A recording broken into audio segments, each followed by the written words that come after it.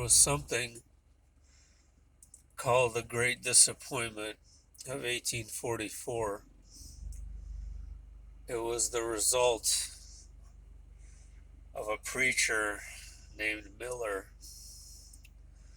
who started to look for Bible codes after he returned from the War of 1812, disillusioned from war and from bloodshed. He was seeking answers. And in these supposed Bible codes and timelines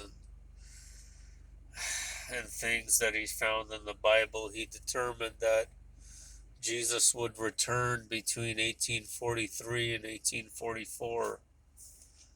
And there was a large group of people that actually believed them.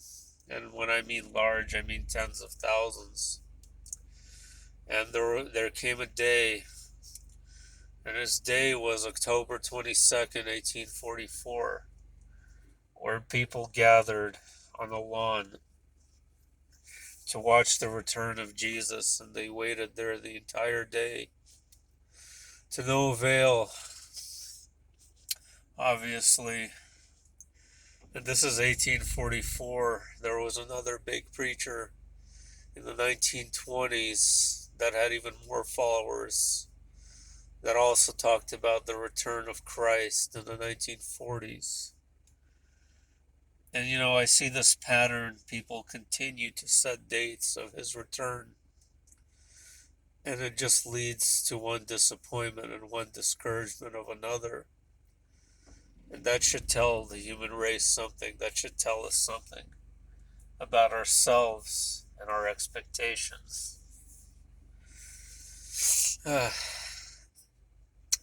iPad Go 2 has developed a similar cult type following, and cults in general is something I've been looking into and studying on a deeper level lately. Specific people like David Koresh and Jim Jones and Marshall Applewhite of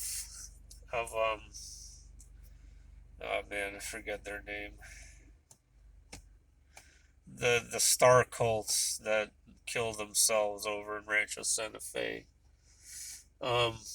And I'm just interested, what are these tactics they're using to convince people of their BS, and how many fake Jesuses there have been, and people just keep buying the lie over and over again. They keep buying the lie of Jesus returning, and they keep buying the lie of some douchebag proclaiming to be Jesus. And there's one in Siberia, another fake Jesus that was recently arrested. Well, I mean, they use very interesting mind manipulation techniques, They're very convincing and beautiful speakers, and they know how to say the right words at the right time, and it's beautiful, which kind of reminds me of how this the king of all fake Jesuses is going to be, which will be this Ginger Jesus of iPad Go 2, which, without setting dates, is gonna come here. And I kept wondering, how are all these people gonna be convinced when he arrives? If we assume that his birth is in conjunction with the solar event, with the flash, like they occur simultaneously, like in iPad Go 2, then we should also assume that this flash is going to have some kind of hypnotic effect on people. A sort of put them in a daze of confusion. When, you literally probably have billions of people expecting the Antichrist. And I'm not just talking about Christians here. You have the Dajjal and the Islamic religion. And people are actually anticipating a false Christ. Well, how is it going to work? How is he going to come? And nobody's going to believe it because they're just going to assume he's the false Christ. Well, unless you use magic. If you use magic and hypnosis and speak beautiful amazing words, and you have the solar flash and the cataclysms that come with his birth that includes giant cracks in the earth and new land masses that will arise out of the ocean and others sinking like that has gone on for ages and ages, time and time again, as spoken of in the ancient texts. Well, then you'll have a population of people extremely vulnerable, tired, weak, and they will fall for anything. And there might be an element of a sort of like memory lapse, of a sort of forgetfulness that might come from the solar event. People have talked about it. People under hypnosis have said that people may lose some memories.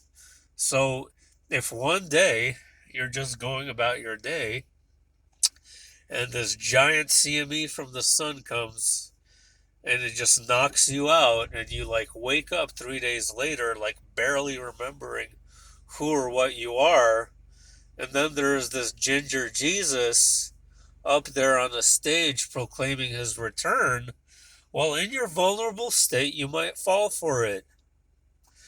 I mean, if people are falling for David Koresh, a douchebag like him, that proclaimed that every wife in his group is his now. If people fall for assholes like that, they'll fall for anything. Just something to point out. And look, take the November timeline with a gigantic, gargantuan grain of salt because, like I pointed out earlier, fake date after fake date after fake date. November seems precarious because of the election, not necessarily because of the birth, although the blue figure in iPad Go 2 does have water beneath him, her, whatever, and is holding what looks like a baby. Could it symbolize a birth? Yes. Could it not? Yes. Either way, we're waiting until 2024, which is a long ass way away.